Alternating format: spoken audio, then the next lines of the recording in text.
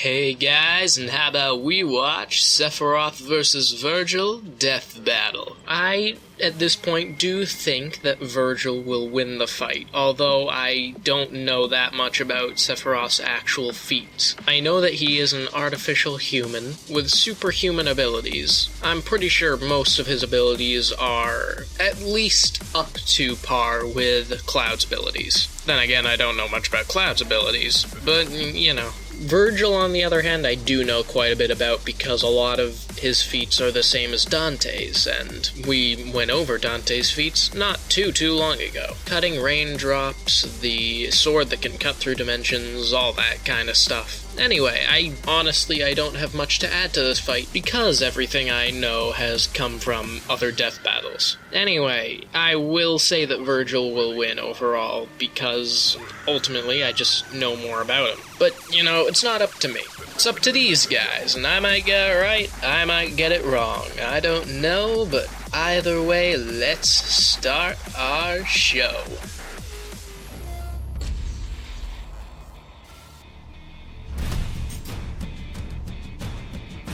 The great philosopher Plato once said, "The measure of a man is what he does with power." But to these guys, power is the measure of a man. Sephiroth, the fearsome one-winged angel of Final Fantasy. And Vergil, the half-demon son of Sparta from Devil May Cry. He's whiz and I'm boomstick. And it's our job to analyze their weapons, armor, and skills to find out who would win a death battle. Okay. Through the millennia, legends were passed of a source of unlimited energy, the Promised Land. Unfortunately, all hope of finding this sacred ground had been lost, until the Shinra Electric Power Company excavated the remains of a being believed to hail from the very land they sought. They called this weird, naked purple lady Genova and thought that if they could bring her back to life, she could help them find the Promised Land. But apparently, they just didn't have any Phoenix Downs. If they couldn't resurrect a being who could lead them to the Promised Land, Shinra decided they would simply create their own. After many experiments infusing Genova's cells with those of a human's, they finally found their savior. His name was Sephiroth. Okay, so he's not quite artificial human. Like that, it's no wonder he was created in a lab. Look at Or how he majestic was? that mane is. According to Final Fantasy lore, Sephiroth has to use an entire bottle of shampoo and conditioner every single time he bathes. Why do you What? know that? Did you join his fan club or something? For research. But Shinra wasn't interested in Sephiroth for his hair. Well then. Instead, he was an essential part of their soldier program. Wait, this electric company has their own private military? I think I'm in agreement with those guys, especially if they sent Seph after me. I mean, look at the ridiculously long sword he keeps with him. You know, That's his Masamune. I didn't even realize how long it was. The behemoth of a blade is a lot like the Nodachi swords they used back in feudal Japan. But instead of wielding something long with two hands like those, Sephiroth only needs one. Even that speaks nothing of his effectiveness as a warrior. Yeah, you know when people spread legends of someone, they usually make him out to be even better than he really is? It's the total opposite with Sephiroth. With his superhuman speed, strength, and durability, Sephiroth was instrumental in ensuring Shinra's victory in the Wutai War, conquering the last free nation on the planet. He returned home a legend. But all those warm, fuzzy feelings of victory didn't last long. While on a mission to the town of Nibelheim, Sephiroth found a bunch of books on the Genova Project. That's when he discovered he was a secret science project the whole time. The truth crushed Sephiroth and drove him mad. In a rage, he annihilated Nibelheim, but was stopped by a mercenary named Cloud Strife. Sephiroth was impaled by the Buster Sword and fell to his death. Oh, well, that's disappointing. Which is what I would have said if Sephiroth hadn't dropped into a hole in the ground that led him to the giant Windows screensaver called the Life. The Life Stream is a buried river of energy which Does look basically quite like a maintains life across screensaver, the doesn't it? planet. Normally, merging with the Life Stream is the equivalent of entering the afterlife, but not for Sephiroth. And this is where things get weird, so buckle up. Still conscious, Sephiroth's essence floated through the life stream for years until he absorbed enough energy to rebuild his body. With the energy of the life stream, he could control other beings with Jenova's cells. Including the corpse of Jenova, who he manipulated like a puppet and disguised as himself. Oh, what the hell? That's his mom? Who would do that to their own mom? I know it's a genocidal alien monster, but come on. It's a corpse anyway. But Sephiroth's descent into the life stream offered him even more. It transformed him from a mere super soldier into the most dangerous being on the planet. He's strong enough to throw a man hundreds of feet skyward, move at supersonic speeds, and withstand brutal stab wounds through vital organs. He's got illusion powers that can trick people by creating an entirely fake scenario. He can lift people with his mind, including himself, and then he can just fly. That's how it works, right? Additionally, Sephiroth can cast magic thanks to his on-hand materia. Materia is crystallized life energy which grants different powers according to the type of materia used. This lets Sephi attack with fire, lightning, ice, and earth-based The levitation is block attacks with barrier quite and reflect quite and important in my pure opinion. Regen. And ever I don't since know jumping into how the life Vergil stream, could he's really had avoid unlimited that. access to his magical powers. With his new godlike abilities, Sephiroth began a plan to stop mankind from drying up the planet's life force. That doesn't sound so scary. Does that mean he's an environmentalist, or...? But to do this, he decided to use black materia to summon a giant meteor to destroy the planet and absorb all of its life energy for himself. Huh. So, like, an opposite environmentalist. A planet vampire. We're talking about a guy who kicked a dude through solid concrete, murdered the crap out of a 30-foot serpent with a spike through the face, and tanked a dragon's flamethrower attack without even getting a teensy bit hurt. A particularly impressive feat considering this attack was capable of one-shotting fellow soldier Zag Fair. Wiz, you may need to up your prescription, because that's definitely Cloud. No. Cloud was just recalling false memories there. It was really Zack. However, it was Cloud who impaled Sephiroth pre-lifestream with the Buster Sword. And holy God, is it huge! It's like 2 feet wide! You'd think a stab from that thing would just cut him in half, but Sep just kind of shook it off. And in his rematch with Cloud, he blocked an attack strong enough to crater the metal around him. Considering the diameter of the crater, the surface area of Sephiroth's feet, and assuming the most likely steel composition, I estimate this attack to equal nearly 1,600 tons of force. Oh, wow. Sword to stab and lift wannabe heroes by their ribcage, slice through skyscrapers, and shoot energy beams that can shred these huge Mako cannons. And from the life stream, Sephi figured out he could create new bodies or even take on other forms. These forms greatly resemble certain creatures found in Christian and Jewish mythology. He certainly looks the part when he goes into his ultimate form. Regardless, Sephiroth does possess a single black wing, a blatant symbol of his fall from grace. So basically, Final Fantasy does everything it can to not be subtle. Just like Sephiroth's most devastating attack, Supernova, which decimates an entire solar system.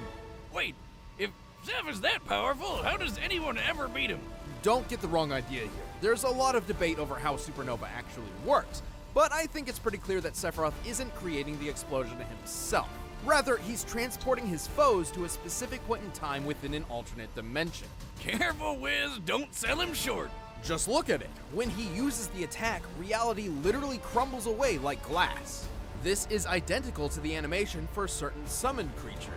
According to the official Crisis Core Complete Guide, summons draw their targets into their own space in order to attack, and this is no different. In the Dissidia fighting games, Sephiroth goes for the civil approach and opens a dimensional hole to the explosion. The attack is even described as sending destruction even into other dimensions. And if he could summon planet-busting meteors at will, why did he go through so much trouble to get the black materia, which literally summons meteors? That would explain why the supernova doesn't hurt him. He's not really there, just using those illusion powers of his. With all these powers, I can't believe Cloud and friends were able to take him down. He's not invincible, but he's damn powerful. Ever persistent, Sephiroth departed with a final, chilling promise. I will never be a memory. Why does he sound so bored? 2,000 years ago, a great mutiny Okay, I've heard this entire thing. The demon warrior Sparta rebelled against his evil master, Mundus. To protect the world, Sparta did his best to seal the connection between Hell and Earth. But then Sparta got lonely, or maybe it was just a sausage fest in there. Either way, he snuck out of Hell long enough to knock up this chick named Eva, and she popped out a couple of awesome demon slayers. Nice choice. You may remember the younger of the two, Dante. Oh yeah, he fought that witch chick with the hair. But the eldest and potentially deadliest brother was the one and only Vergil. Vergil and Dante were rivals from birth. Dante was a goofball. Vergil was serious. Dante hated his being a demon, and Vergil loved it. It's that classic odd couple scenario. But then one fateful day, in an act of vengeance against the late Sparta, a group of rogue demons separated the two brothers and killed their mother. Huh. Vergil was believed to be dead. But in reality, Vergil survived and set out on his own path to seek his father's immense power for himself. And he's 100% equipped to be a butt-kicking demon slayer just like his pops. As a half-demon, Vergil can jump several times his own height, move at supersonic speeds, and heal himself quickly, kind of like that Wolverine guy. He can tough out getting stabbed through the lungs, intestines, the heart, body parts I'm pretty sure most people need. Not if my experiment has anything to say about it. You say What? something, Wiz? I said not if Vergil's abilities have anything to say about That's it. definitely Well, not what you sadly, said. for any human demon or human demon who gets in his way, Vergil also happens to carry some extra deadly weapons on hand, including a spiffy katana called Tomato. Yamato. It's said that this sword can cut through anything, even dimensions, and probably tomatoes. Actually, Yamato is the exact thing Sparta used to seal Hell from Earth in the first place. Vergil's sword-fighting prowess draws from his Dark Slayer fighting style, which emphasizes teleportation, lightning-quick movements, and even quicker slashes straight from the sheath. This technique is directly influenced by Iai Jutsu, the real-life Japanese art of the quick draw. Ha! And thanks to Vergil's demonic powers, he can attack so fast the blade seems invisible. Yeah, the only thing better than fighting with one sword is fighting with 8. What? With Vergil's ghostly summoned sword, He he can- can turn himself into What? a living Beyblade. Are you kidding me? Fire them like a machine gun. Or make it rain.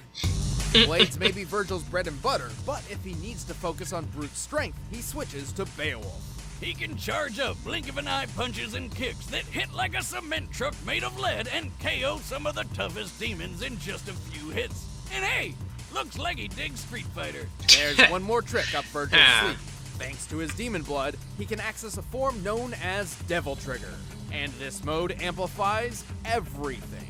His strength, speed, and healing all get a huge boost, making him several times deadlier than before. Plus, he just looks badass. I think that's the Become as idea. powerful as his father, Vergil's abilities skyrocketed. He's taken down dozens of demons in the blink of an eye, and escaped an illusion from the sorcerer Arkham, which makes normal people go crazy. But if anything's gonna show off what a son of Sparta can really do, it's pitting him against his bro. Sure, Vergil can easily avoid Dante's bullets, but why dodge them when you can spin your sword, line them all up, and fire them back? Like a What? bot. In the same battle, they briefly created a 12-foot diameter open space in a heavy rainstorm with nothing but their sword swings. On average, storms can fill a cubic foot space with as many You as already 30 said this. raindrops. So, Vergil and Dante must have destroyed 108,000 raindrops in less than a second. If Vergil can swing his sword that fast, Explained it I bet quicker, he's though. killing mowing lawns, or chopping meat at the deli, or giving haircuts, or doing that thing where he chops bad guys to pieces so fast they don't even realize they're dead yet. Like when he fought Beowulf. The monster, not the weapon. And then he punched him so hard he flew 55 feet up and hit the ceiling. When comparing Beowulf's size to Vergil, he appears to be as large as an elephant. Given what's available, this seems like our best measure of Vergil's strength, but there is one issue. The Devil May Cry series makes frequent use of slow motion to depict the absurdity of these characters, and this could be a similar case. So let's look at another slow-mo feat, the rainstorm fight. At one point, the rain freezes in place for about 2.5 seconds, as Vergil and Dante keep moving, Okay, then. indicating a 14,500% speed increase in real time. Applying the same degree to the Beowulf punch gives us an acceleration speed of about 4,882 feet per second. With that in mind, we can Okay, apply that's our kind of previous data to strange boost to the do, maximum but- height sand ceiling, and determine Vergil's striking strength to be nearly 720 million newtons of force. That's a lot. It matches Vergil's incredible toughness, too. We already mentioned his super healing factor, but it's even more overpowered than you think. Vergil once got completely cut in half, but healed so fast that it's impossible to even notice. And his regeneration ability can be worn down. Yeah, that's how this weird jester guy beat him. But it takes a lot to pull off. And Vergil can always just use Yamato to hop through dimensions to get away. No, not that one. Sadly, Vergil never got to rule the demon realm like he wanted. Instead, the Demon King Mundus permanently transformed Vergil into his puppet, irreversibly manipulating his mind in the process. And then Dante kind of, exploded him. But 1 or 2 losses against someone who's basically goddamn Satan hardly makes him a weakling. Hell and Earth trembles before the power of Vergil. It'll be fun to fight with the Prince of Darkness. If my father did it, I should be able to do it too. Okay, well, All right, the combatants are set. Let's end this debate once and for all. of course they didn't But before we convert get the to things. They bloody didn't slicing convert and dicing, tons pick and up some Blue newtons. Apron They and didn't. slice and dice in your kitchen. They purposefully did that, I know. So that less smart Blue people Apron's can't goal figure is it to out. make incredible home cooking accessible to anyone. And it can, because it's the #1 fresh ingredient and recipe delivery service in the country. With their easy-to-follow instructions, I whip me up a delicious meal in no time. Blue I think Apron delivers Sephiroth fresh, will pre-portioned actually ingredients probably and win. step-by-step recipes right to your door that can be cooked in under 45 I minutes. don't know, I think his The strength menu gives changes him a every week pretty based on big what's in season, advantage, and but is designed by Virgil, Blue Apron's in-house they culinary repeatedly, You choose like they the plan hammered that it works in. best for you, whether How you're making a meal fast for he 2 is. people or your family of 4. There's tons of new recipes to choose from each week. And if you want more than one, go for it. Depending on your plan, you can pick 2 to 4 meals from Blue Apron's delicious recipes every week. Then there's my favorite. And did they seriously the wine measure the plan, where you acceleration get 6 time of bottles the wine punch? from Like, renowned winemakers does it delivered matter? monthly. Blue Apron is treating Death Battle viewers to their first 3 meals with your first order if you visit blueapron.com/battle. That's a $30 value. I've got dibs on the roasted chicken and I don't maple know, butter it does with sort mashed of- sweet potato and it does collard sort of greens. matter. Blue Apron sends Like, if only you non-GMO accelerate someone in ingredients and half a uses second, no added hormones. it's much better than if Check you out this take a week's full menu and 3 get your seconds $30 off with to free shipping lift at them up and then throw them. blueapron.com/battle. Blue Apron, a better way to cook. But right now, it's time for a death battle! Okay, let's see the death battle.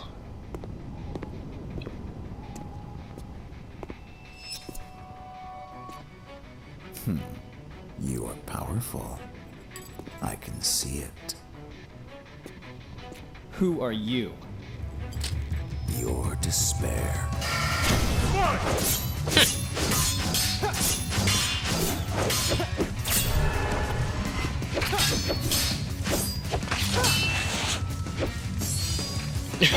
Oh wow, that sword is too big.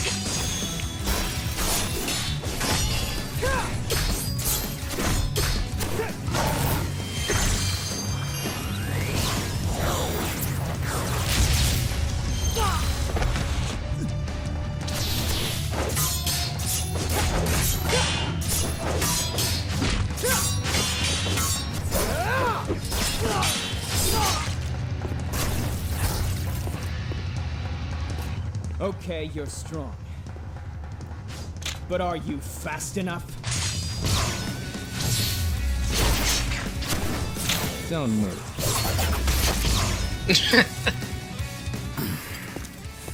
I suppose it can't be helped.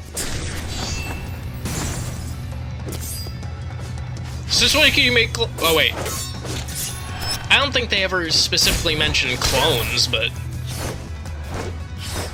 They're fake. Stop wasting my time.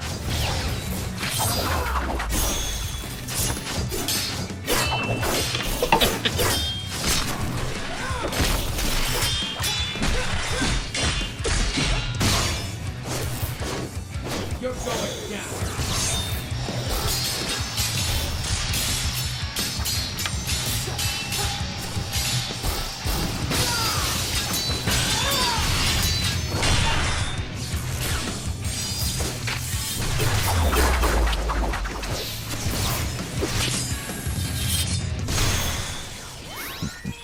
Behold the truth. What is that? Supernova. I saw you could pierce the fabric of our dimension, so I cast an illusion to disguise this. Witness oblivion.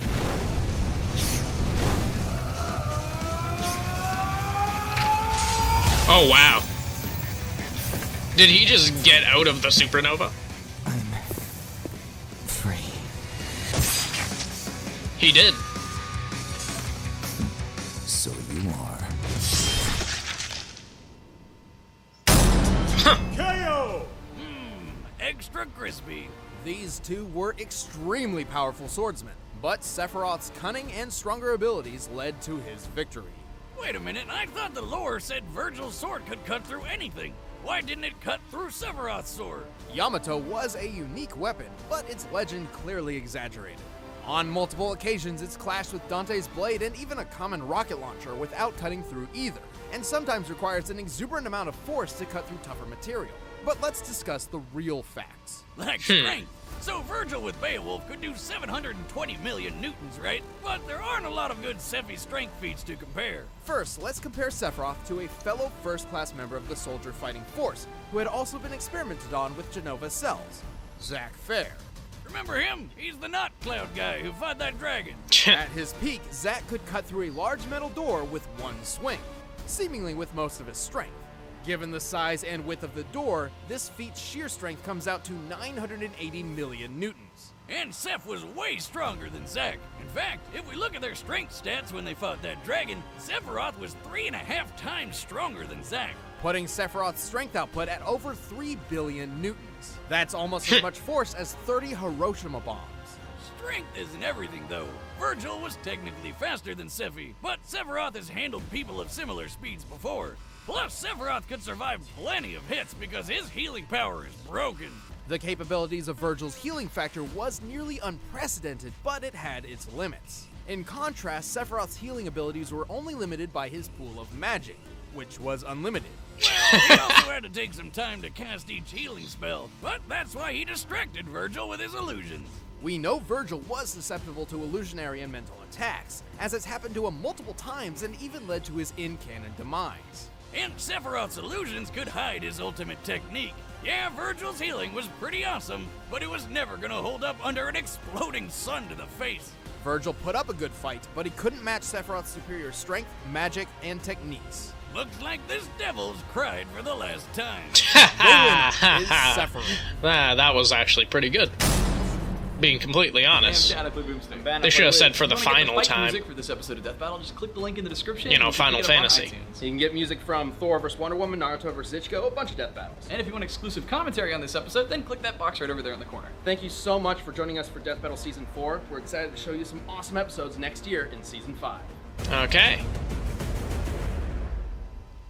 February 5th. Okay. Well, I do think that was pretty good. I'm not that upset that I got it wrong at the start because I didn't know much about Sephiroth. Yeah, the supernova thing does seem way too powerful for Vergil to do anything against, and I was thinking that when I saw it, when they mentioned it at first. The animation looked pretty good. I did like it. It looked a bit slower than it should have at sometimes, but at the same time, I understand why. I understand that when you're animating something, you don't want to think about, oh, they should be at this side of the arena and this side within 2 seconds. So yeah, the animation was good. The research seemed good enough. I mean, the acceleration of the punch, slow motion, that was kind of iffy. I somehow doubt that was perfectly correct, but it's understandable.